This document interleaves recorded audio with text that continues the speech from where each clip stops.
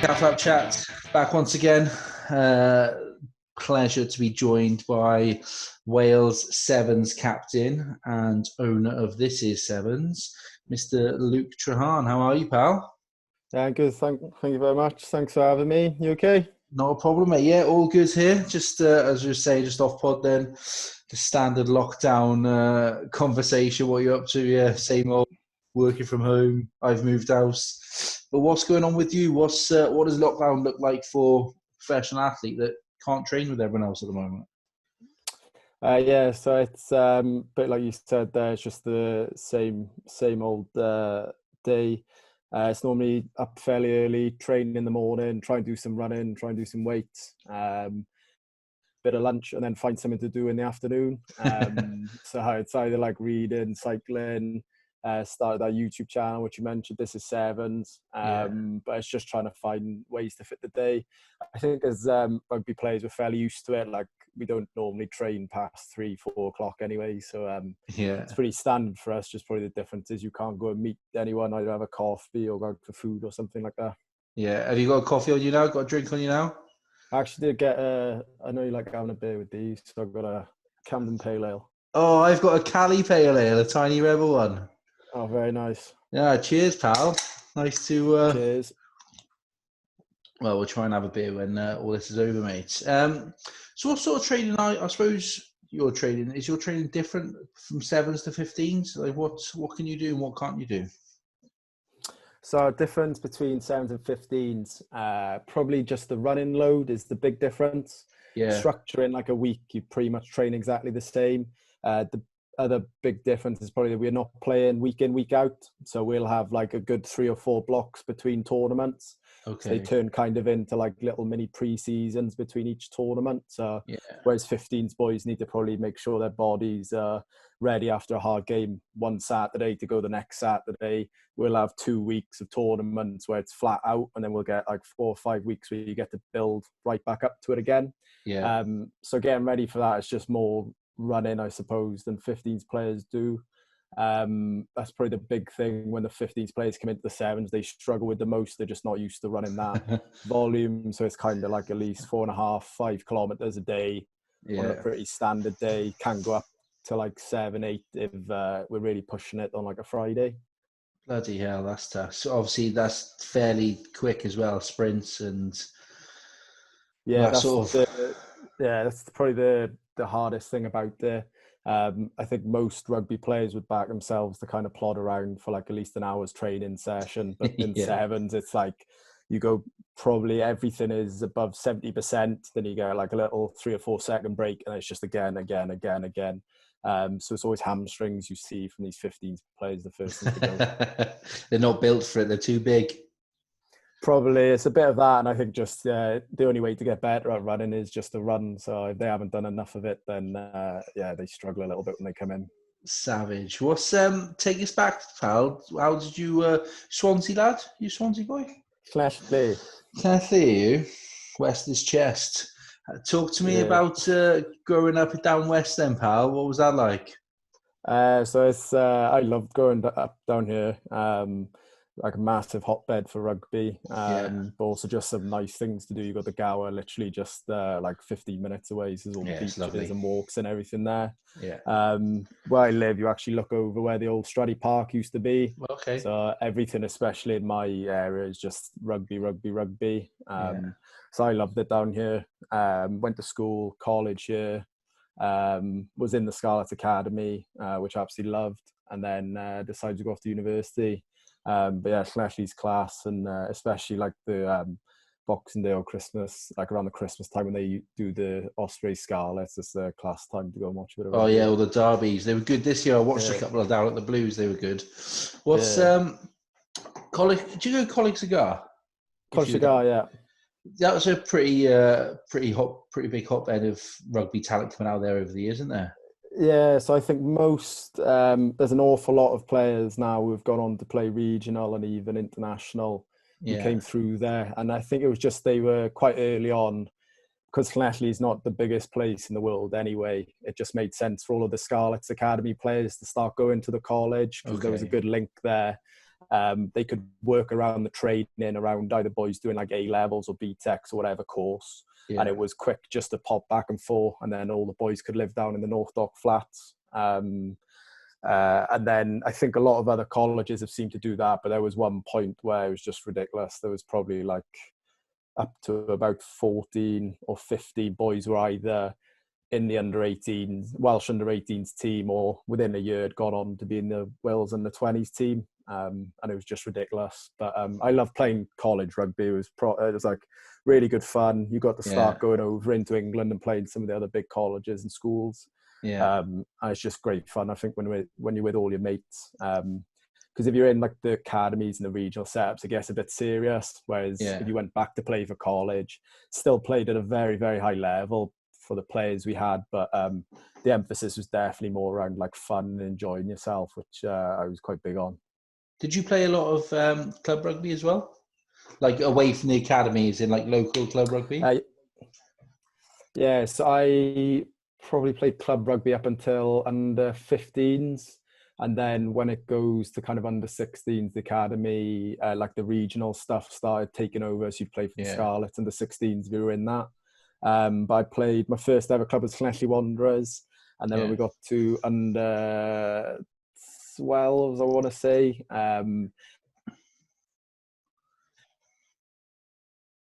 the span was next. So we went to Buryport, and I played for Buryport up until under 15s then. Okay. And what was that academy sort of like coming through at 16 years old, where you're obviously starting to get the best of the best in and around that Llanelli region?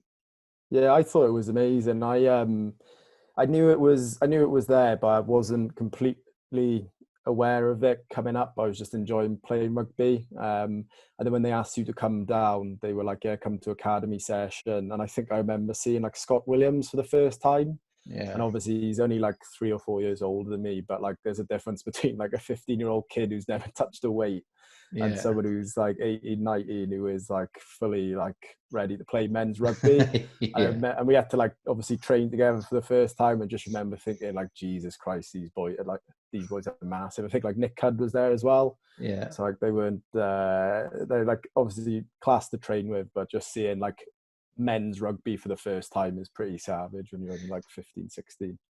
Were you a big fan as a kid, like down to the old Stradey Park before the new stadium was built? And I used to love it. I used to love it. So we always used to just, you could walk down from where we live. And we talked about this the other day, actually, how class used to be. They used to be able to go on the pitch afterwards. Yeah. So like you'd have like the final whistle will almost come, and you come down to like the side boards, and then you go and like have a play around for 15 minutes, and your dad's like, oh, meet me by that post in like 15, 20 minutes. And then you just walk home, or if you manage to get a match ball, just nick that and run back up to the house. Like. But yes. I loved it. I think that's class, something that like Saracens do now, where they let everyone back on the pitch. I think rugby would do well to get that back into the game. I think it's brilliant. I think the Blues do it as well. Most games, they open the pitch out and then just start slowly closing the pitch off after sort of 10, 15 minutes. I think the kids love it. They run over to the players, get stuff signed, and it's just, I think for that, not experience, that atmosphere, I think it's brilliant. Stuff like that should definitely... Fantastic. I think it should be, every club should try and do something similar. Yeah, it's class. What, talk to me about how you kind of went through that account. How did you get into 7 specifically? Because what position would you be in 15s if you were playing? So I played a lot of outside half and fullback when I was coming up through the academy. When I went to uni, I was playing a little bit more on the wing. But if I went back now, I'd probably try and go back as fullback, I think. You went Exeter, didn't you? Yeah, Exeter uni. And again, it was a bit more like college. Like 15s have been so serious in the academy. It is quite good fun because you're playing with really, really good players and it's like elite level, and there's like a bit of progression there. But I think by the time I left it, I just lost the like enjoyment out of rugby. And then going to uni, it was a bit like college again, but just on like another level. So you're still playing a very high standard with your mates, and then Wednesdays after a game, you'd go and have like a beer and a social and everything like that. And just for me, that was just like, I loved 15s. Exeter are up there as well. Exeter decent. Obviously, I went to Uwick, and they would at the time Cardiff Uni were rubbish and Swansea were rubbish. So our varsity would be against Exeter, and then Cardiff and Swansea would play each other. Yeah, Exeter were decent. Yeah, they've got a great like link with the Exeter Chiefs, so they have like at least 2 players coach every single one of the university teams, and that goes all the way from like the first down to like the 8th and 9th.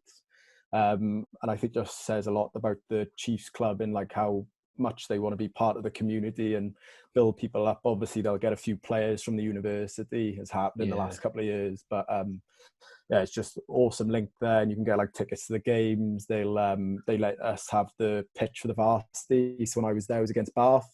For the 2 years that I played in it.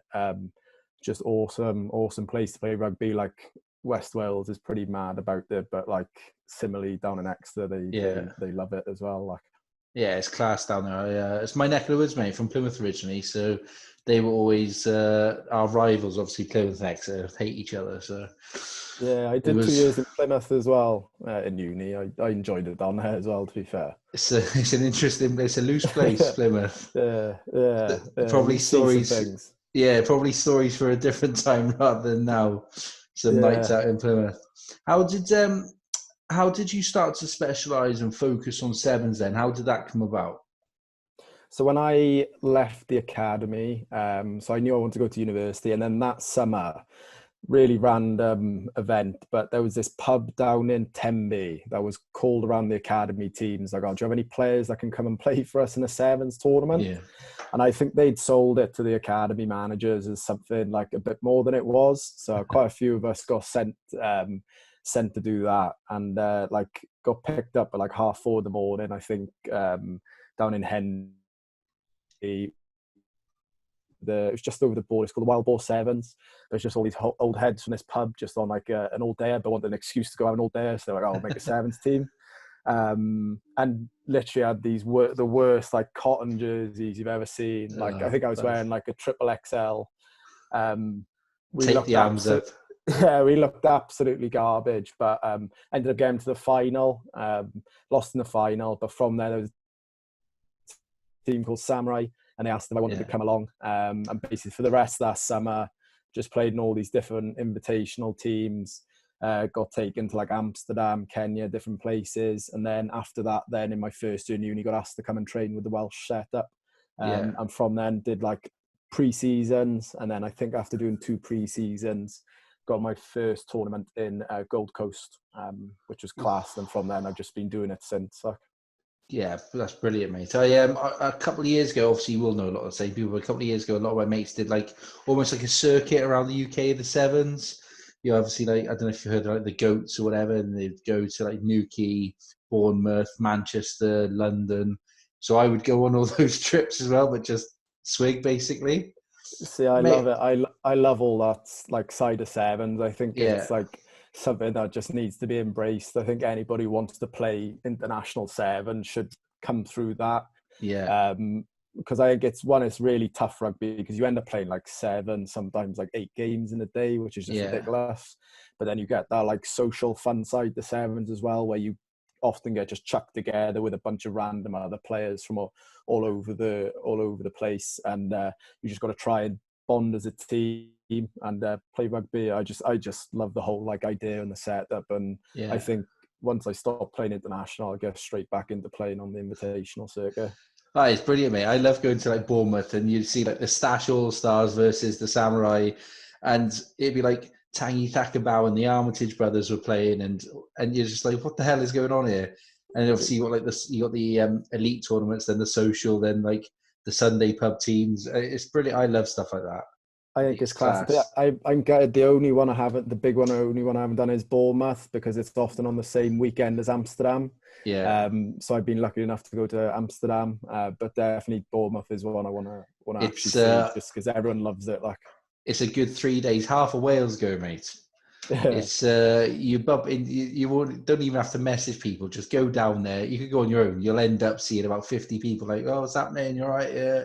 Everyone's just flat out. Now they're doing like dodgeball, netball. It's brilliant, mate. It's class. Yeah, it looks amazing. Looks class. Recommend it. Recommend it. What's talk to me about your because before that you'd played in the Students' World Cup, hadn't you? You win that? Yeah, so I, in my first university, got into the GB student setup. So there was about 3 or 4 of us Welsh boys, and then mainly the rest of the English boys. But it's quite funny because most of them have also gone on to play the World Series. Oh yeah. And then the Welsh boys were like Sam Cross, Owen Jenkins was there, Chris Bamfield was there for that one. But it was just like a first big international tournament, and it was in Brive in France. There was like no one watching, but like the standard of sevens was like unbelievable, and it was like billed as like the World Student World Cup. And we ended up playing South Africa in the final, pouring down rain. It was just class experience, and yeah, loved it. And then good to see that all the boys kind of from that team have kicked on and made a career out of rugby as well. Do you remember your first tournaments? You said it was Gold Coast. Do you do the anthems at the beginning of the tournaments? No. So no, the only time you'll do an anthem in a sevens tournament is if you're in the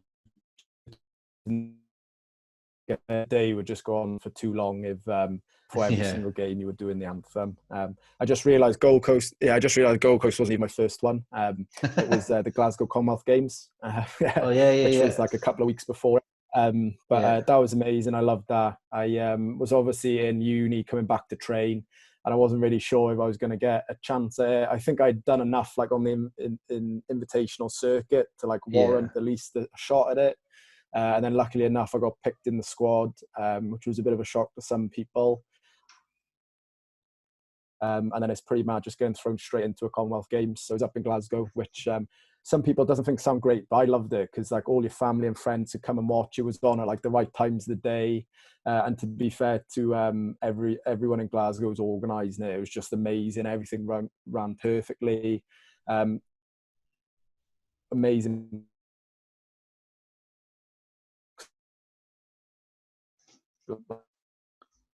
And then it was awesome playing in the tournament. We did okay. Lost a close quarterfinal, which could have gone either way. And then that was when I had to do my first, like, if you have your first cap, you basically have to do a song, which is pretty standard for rugby teams. But I was a bit unlucky because we'd gone out for food just on the high street a few days after the tournament. And I came out and you could hear like a guitar and someone singing on a microphone just on the main street. And straight away I was just like, oh, here we go now. And I've never seen Sam Cross's eyes light up so quickly, and he was straight over to them and convinced them to basically, 2 of the boys played the guitar and then I had to sing on the microphone, and they'd made such like a racket. I reckon I had like 60, 70 people there watching within like a minute. And like I like singing, but not singing to perform. So I was like, voice is croaking. I was trying to give it my best.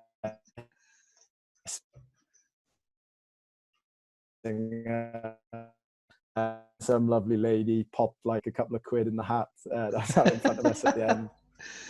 Class, buys a pint, happy days, mate. What's it like going away? Because obviously I've seen, I've been fortunate enough been to the Dubai Sevens obviously last year, and you see a lot of the Sevens tournaments. But day to day, I suppose I know a lot more about the 15s and how that works sort of week in, week out, and then game day and stuff. How does it work when you go away on a Sevens trip? What's the training like? What's those little 4-week bursts like? What's the travel like, and all that sort of stuff that goes with it? So I really enjoy the whole like process of getting ready, the training, the build up and everything. It can be quite tough, especially if you're like a player who doesn't really like the traveling or being away for too long. But essentially that 2 weeks before you actually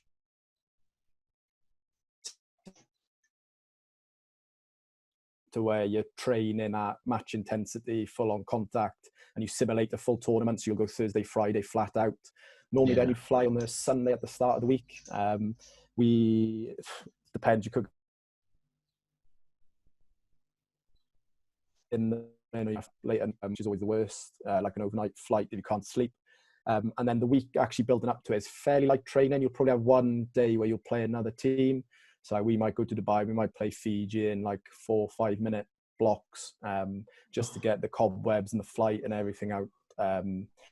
it's meant to be like touch or grab, but inevitably ends up into like full contact because someone just keeps running. And then you get like one day off after that normally. So if you're in Dubai, you might go and see like the Burj Khalifa, go to the malls, go down to the beach, whatever it is. Often it's something quite cool to do, like the tournament is maybe organised that if you go and see like one of the landmarks, you might actually be able to go into like a different room that people aren't normally allowed to go into, or go on top of the building or something like that. So that's always nice. The day before the tournament, you pretty much just sat in your room, just off feet, trying to save your energy. We always stay in really nice hotels. The food is like perfect. You're looked after really well. There might be some kind of media duties you need to do for World Rugby. And Saturday, Sunday, just flat out games. You're normally up early, bed late, and then depending on how you do in the tournament, whether you finish around midday Sunday or all the way to the final, and then you fly straight to the next tournament, just repeat it, and then once you finish that tournament on the Sunday, most of the teams go out and have a beer, or there's a function afterwards, which is always good fun. Do you always go out together then after those tournaments, or is it just each team sticks to themselves? No, so you have everyone always finds it quite surprising. We all stay in the same hotel, doesn't matter where we are. Okay. In different hotels and they play internationals, but everybody gets on pretty well. Certain teams like easy to chat to and have a laugh with. Some teams just keep themselves. But then you always have a good laugh and a few beers on the second Sunday as a team, and there's normally somewhere organised by World Rugby for everyone to go. Yeah, that's class. That is. What is it about? What's your favourite stop on the Severn Circuit? What one would you choose to go to? Either one would be. So if I was to go and watch one, I'd want to go and watch Hong Kong and be in the South Stand. Yeah, it looks amazing. So every time we play there, it's just unbelievable. We often warm up just in like the little strip between the pitch and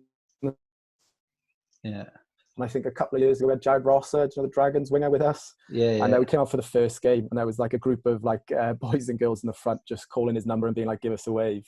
I just ignored them. The second time we came out for the second game, I reckon there was about 20 people just doing it. The third game we came out, someone had like learnt his name, but no joke. Now I reckon like half the stand was all chanting, "Jared Rosser, give us a wave." And Babs, who was our coach at the time, was like, "Oh, for fuck's sake, Jared, just turn around." And he just like turned around, gave a little wave, and the crowd went like absolutely nuts. And they're rowdy enough as it is, but this is just like, and it just gets you so up for the game. So I love that. But if I'm playing in a tournament, Vancouver is my favourite one. Okay. Lots of cool stuff to do in the week because you're up in the mountains. There's snow everywhere. The city's got like loads and loads of amazing stuff to do. And then you play inside. And to be fair to the Canadian crowd, they literally turn up for the first game and they'll sit there and they'll leave Sunday evening after the final. And they have a football team that plays there, and like a Canadian American football team. And they sell more beer, I think, in that one weekend for Canada Sevens than the other.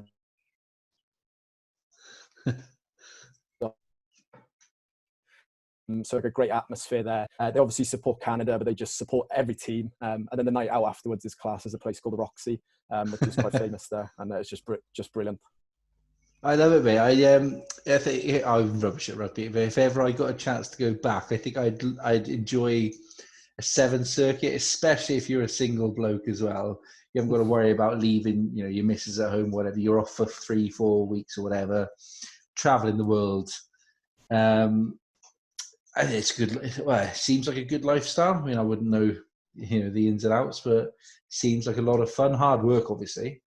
Yeah, I love it. It is tough work, but once it's like anything, when it's your job, you're like trained to deal with the bits of it that are hard. So whether it's the training load or the travel, dealing with like winning, losing, whatever it might be, like that just comes part of like a job, just like any job as stresses.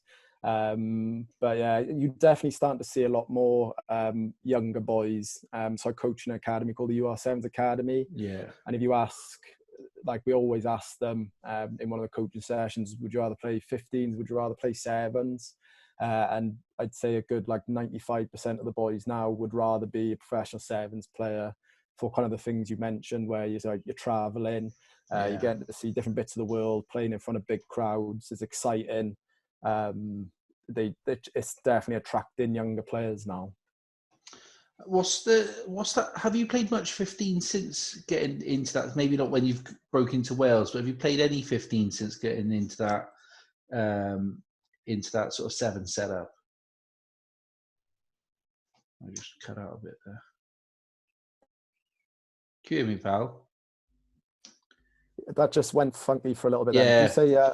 Yeah, it froze then. I don't know, it might be my end, but I just said I can edit that out, so don't worry about that. Okay. I said, cool. have Did you say played about playing 15s? Yeah, have you played much 15 since going obviously professional with 7s and obviously taking on the captaincy as well? Have you played any at all? So right at the start, which would have been about 6 or 7 years ago, I got asked. I played it for the Barbars in a charity game against the Combined Services, which was class in the Rec in Bath. But I played that about 6 or 7 years ago. That was my first game of 15s in about 2 years. And then last summer, I went and played 2 games, but I literally only played like 10 minutes for the Scarlets A team in that A League. Yeah. But that was my first 15s game for about 5-6 years. So it's almost strange. I was like a complete shock to the system playing 15s. You're just like on the field too long, it's too many people, it's too many stops in play. Yeah. Just like it felt so weird, even though I obviously played it for as long. Well, I've still played it longer than I've played 7s. Yeah. Would you recommend 7s as a good breeding ground for those people? You look at some countries and a lot of the international players will have come through the 7s circuit, but then for some reason, say like England, for example, hardly any of those, what we would call full-time core 7s players, go on to play for England in 15s. But other countries, they use it as a stepping stone. Yeah, it's one of the really interesting points of the 7 series, like how a country uses it. So probably England's like a great example of they just purely play 7s. All those boys, they can go back, but there's no link back and forth. New Zealand use it where they have a good like 7 or 8 boys who are there the whole year round, but then they sign the best like 18, 19, 20-year-olds for a year, maybe 2 years. And then they'll go on and play for like the Super Rugby, but then also like the international game. Like even this Super Rugby that happened on the weekend, like all the best players you saw had all done long stints or even played this year in the 7s, kind of like your Ionis and people like that. So I think it's amazing. Like taking like an 18-year-old, getting him to travel the world, so he has to grow up anyway. He has to learn to like look after himself, manage his load, manage how he's getting ready for training. It's tough, like mentally and physically doing it, so you get the benefits there. Not playing week in, week out, you actually get a chance, I think, to develop physically. So when we're back for those 4 or 5 weeks, they could literally just be in the gym and just running flat out. And I think probably quite a good example of that would be someone like Owen Lane, who's obviously like tearing up for the Blues now and in the Welsh setup. He got given to us firstly just because they were like, oh, well, he's not playing for us, so how about you just have him? And he played a good like 6 tournaments with us, and like he's just a classic example of someone who just needed that little bit more training or a little bit more confidence in like big games in front of big crowds. And then obviously what he's done now, like a year and a bit later, he was getting flown out to play in the World Cup. And that's for a player who probably if you'd have asked 2 years ago, he's obviously definitely good enough to do it, but maybe hadn't been identified as such, and the 7s gave him that pathway to get in. And there's plenty of like examples in Wales of that happening. I just don't think we sees it enough, or even someone like England sees it enough. Scotland in a very similar situation. Loads of their boys, you know, like Darcy Graham and people like that, did good stints in the 7s and are now carving up for the international team. So all the evidence is there. And if a team like New Zealand, if a country like New Zealand's doing it, it's probably a decent idea. Just some unions just haven't picked up on it yet. Who's good? Who's good to go away with on tour, and who's good to meet out on tour from other teams as well? The team, so the Aussie boys are always a good laugh. Since we did the stuff, because there's quite a good like team bond between the Honeys and now Ireland have come with really good lads as well. So you'll often find like the Wales, England, Scotland and Ireland having a couple of beers together with Australia. New Zealand are often quite good fun. Trying to think, most teams will come out, but then like a team maybe like will just keep themselves to them. There's like a bit of language barrier, but most speak English. We'll all have a good laugh together. Class. Who's the sort of player that you've taken the pitch and you've gone, fuck me, that's so and so, and bit sort of starstruck, if that's the right word. Who's that one player that you've kind of thought, Jesus, I'm actually playing against him? So when I first played, it was probably someone like Jerry Tuai. So I think he started like the year before I had. He basically just came on the series straight away and was like player of the year, or at least nominated for it. Yeah. Which is a bit ridiculous for someone to do in their first year. And since then, he's just got like better and better and better. And then he talked to him, he's just like the nicest Fijian bloke ever. And he's got quite like a cool backstory about where he's come from in Fiji. There's a class documentary HSBC put together on YouTube. It's only like 50 minutes long, but definitely worth like just watching it. Look at that. So he's like really humbling bloke, but just unbelievable when you play him, and he's laughing, smiling the whole time when you're playing him. So he's like sidestepping you, handing you off, but he's like laughing and enjoying himself. So he's always good fun to play against. Like, why are they so good? Why are the Fijians so good at sevens? So do you know, like maybe you'd play like football every single break time, or you'd meet your mates when you were in school. They don't do any of that. They literally just play sevens or some form of like touch rugby from like a young age. But if you watch that documentary about J2I, you'll see what it is. They're like literally just playing on like a roundabout in the middle of the street, and they've got like a either something like someone's shoe or something like that they're using as a ball, but they're all just throwing it around. Because they could definitely, as like a country, probably put together, I reckon, a good 4 or 5 teams at least that would all compete and have a very good chance of winning a tournament. So it's somewhere I'd love to go and visit, just purely just to see how they train, how they play. They've got loads of local sevens tournaments, which are apparently just crazy and unbelievable to watch. So I'd love to actually go and see that one day. I can imagine. I'd love that as well. I bet that's absolutely class. They just seem to be able to do everything, like. Talk to me about you. Have you taken the field with your brother as well? Your brother plays sevens. Yeah. So that was the last European circuit. So in where were we? We were in Poland. Yeah, so in Poland. And he's been similar to me. He did all of the invitational circuit with Samurai growing up. We won Amsterdam Sevens together, which was class. And then we played a good like 6 or 7 tournaments for Samurai together. But playing actually for Wales for the first time was pretty class.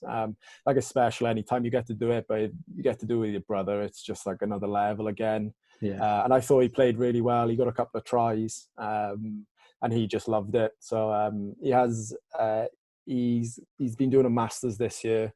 But if there's any kind of sevens that gets back, probably for next season, he might look to try and have another go at it. Class. Talk to me about your This Is Sevens, pal. Tell everyone about that and what they can expect from that. So This Is Sevens is something me and my brother have started during lockdown. So the academy that I mentioned earlier, they got us to make some videos of like skills and different training sessions the boys in our academy could do while in lockdown. And me and my brother basically just really enjoyed making them. He's got a background of making content for lots of different people, coffee shops, barbers, things like that. So he's pretty handy with a camera and editing. And then I'm hopefully bringing the rugby knowledge and the training and stuff. Yeah. So on YouTube, type in "This is Sevens" with Luke Treharne. It's just going to be all kinds of like skills, different kinds of training. So you're asking about the like fitness and things we do. We've got a couple of Yeah. videos up for that. We've got a few other ideas how we want to extend it once we actually start playing again, and maybe showing what happens in like a standard week before a tournament and different bits and Yeah. bobs.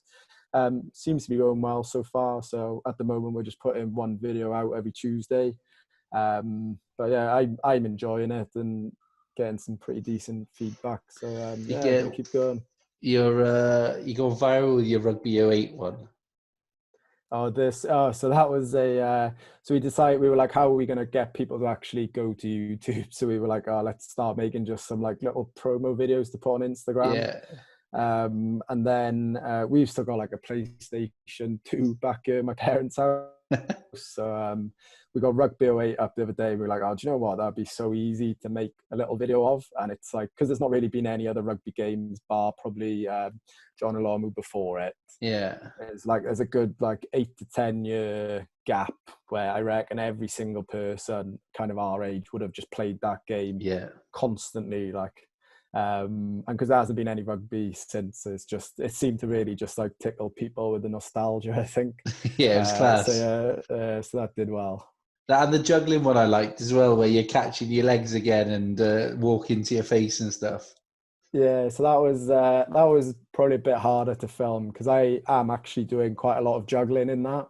Even if you take the other balls out, so I have to like learn a little routine, and then all of the actual like everything flying in from everywhere. That's my brother's genius. That is.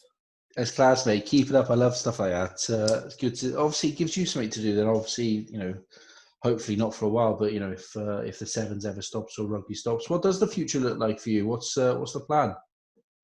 So obviously the Olympics now has been pushed back a year. Yeah. So I'm hoping, I'm not really sure how we're gonna get there just as rugby sevens in general, because quite a few of the remaining tournaments for this season have been cancelled. But the aim is to try and get to there and then probably just have another reassess of whether you want to keep playing rugby. Do you want maybe to go abroad and play a little bit, or is it time to start and get like a real job while you're still not like too old? Like if I went all the way to like mid-30s, it might be harder to get into certain jobs. But at the moment, the next kind of big goal is trying to get to the Olympics. You went to the last Olympics, didn't you? Yeah, I went as 13th man though, the travelling reserve. Yeah. So I didn't actually get to go on the pitch, but I was like there. It was a bit of a strange experience being the travelling reserve with one of the other boys. We weren't like allowed in the village. We weren't allowed on like the team buses and things like that because we didn't have an accreditation. And just loads and loads of things ended up just going wrong because we weren't with the team, to the point where like both of us were just laughing rather than crying. Which it was not what you expect to happen when you've got all the way to the Olympics. And then like the boys got to stay for like 5 days afterwards, just basically on the piss. And we literally, as soon as the final whistle went, we pretty much had a couple of beers and then had to get straight on a plane back home. So it's not what you think the Olympics is going to be. So at the moment, I don't feel like I've had a full chance to do it. Or experience it. So that's why I think the next thing kind of been working the last 3-4 years towards the Olympics. And how do you deal with, personally, how do you deal with setbacks or, the lows that come with obviously the highs as well? How do you deal with that so that you're not stuck in that negative mindset and you can move forward and stay positive in whatever it is that you're doing? So that one I think I just took it as more motivation. If you'd have told me at the start of the year that I would go to the Olympics as like a 13th man, I probably would have said, "Oh, amazing! Yeah, I'll take that and run." Because I'd taken a year. That was the year I took out of university just to give rugby a good crack. But then when I actually got down to it, I felt like I'd done enough to be in that team ahead of one or two of the boys. So if anything, it was a setback, but it just made me want to keep playing and working towards the next Olympics or the next time you get to play for Wales. But yeah, to be fair, it was, and then other setbacks, I just always try and just think about like, still, even though you might be 13th man, you're still in Rio, you're still at an Olympics, you're still having like an amazing experience. And it was like the alternative to this is just like sitting back at home in your flat in Cardiff or something. So when you start putting things into like perspective, I personally find it quite easy just to get over stuff like that. Fair play to you, mate. What's when Tokyo, isn't it, next year? It's supposed to be this year, Tokyo next year. Have you been to Japan before? Have you played out in Japan? I've never been to Japan. There used to be a World Sevens series there, but they moved it to Singapore the year that I started. Oh, okay. But the boys, I think the Olympics will be amazing. But I'm trying to stay rugby. This was before they've obviously had the World Cup, and rugby seems to have just taken Japan. Like they absolutely love it now, whereas there wasn't quite that love for it. I think when the tournament was there, so I think they struggled with crowds and just getting around Tokyo, I think, is a nightmare as a team. So they decided to move it. I think the Olympics would be amazing there. From what they were showing us, had been kind of built in the plans, ready for what would have been this summer. Yeah, that's brilliant. Well, do you ever get any? Obviously, you're putting yourself out there quite a bit on social media now in terms of content and stuff. Do you ever get much like trolling and people like rinsing you or negative comments after tournaments and stuff like that? To be honest, I don't think I always check too much. I think as like a Welsh Sevens team, we often get like we can get a hammering if you've had like a bad tournament, but often it's just like people who don't really watch the Sevens. They've probably just tuned in to see, and they don't understand that like America is like one of the best teams in the world at Sevens, or like a team like Spain is like highly competitive. And they just see like, oh, Wales lost to America, so we're going to slate them, or they're like, oh, why aren't the 15th players playing this? Like, what's the point? But with all those stuff, I realize like if someone's going to sit there and type out the comment, you just got a part of you just going to be like, I'd personally never do that to someone. No. So whatever mindset or like headspace someone's in, not feel like sorry for them, but just like a bit of empathy towards them, that like whatever's happening, they think this is the best thing to be doing with their time or their platform is just like slagging a few boys that they've never met and probably will never meet. So it doesn't bother me too much, to be honest. Just laugh it off. Oh, that's good. To be fair, that's a good mindset to have, good way to be, because it can obviously get to some people, especially if it's constant as well. Who are some of the players that you would, that you've either played with before or even used to watch? Who are some of the players that people should, if they've not interacted with Sevens much, they should go and watch, and you would love to have on your team if you were putting together like a Luke Treharne All-Stars? Who would you pick? Oh, that's a good one. Firstly, there's probably like at least 5 or 6 teams I think you could fill from that. It used to be on the 7 series, there was like 1 or 2 players kind of each year that really set the world alight. Yeah. Whereas now there's like each team probably has like 2 or 3 boys. A couple of the boys that everyone or most people know from social media, the 2 sprinters from America, so Perry Baker and Carlin Isles. So just lightning. Carlin's much more of like a pure sprinter who they're kind of trying to teach rugby to, like amazing player. But I think Perry Baker is like a genuine rugby threat. He's obviously absolutely rapid, but he can like hand off, offload, can throw a good like 15-meter pass when he needs to. Understands defending, like the technical side of it really well. So he's brilliant to watch. Probably just pick any of the Fijians to go, particularly Jerry Tuai, he's brilliant. And then other class players, probably within New Zealand, you've got a lot of very like technical players. So if you're a bit of like a rugby nose who loves seeing like good clean outs, good tackles, good line outs, stuff like that, New Zealand would be great to watch. And then if you just want pure flair, again, there's South Africans. So there's people like Speckman. Who else is there? Gedould, all sorts of people.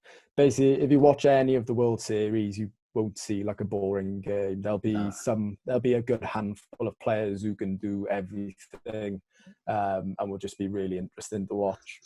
I used to watch it a lot when a few years ago now, probably just as you were starting out. So you had like obviously Dan Norton still going now, but even back when England had like your Ben Gollins and Damu Damu, and New Zealand had, is it Tamasi Thamar and players like that, like Yeah.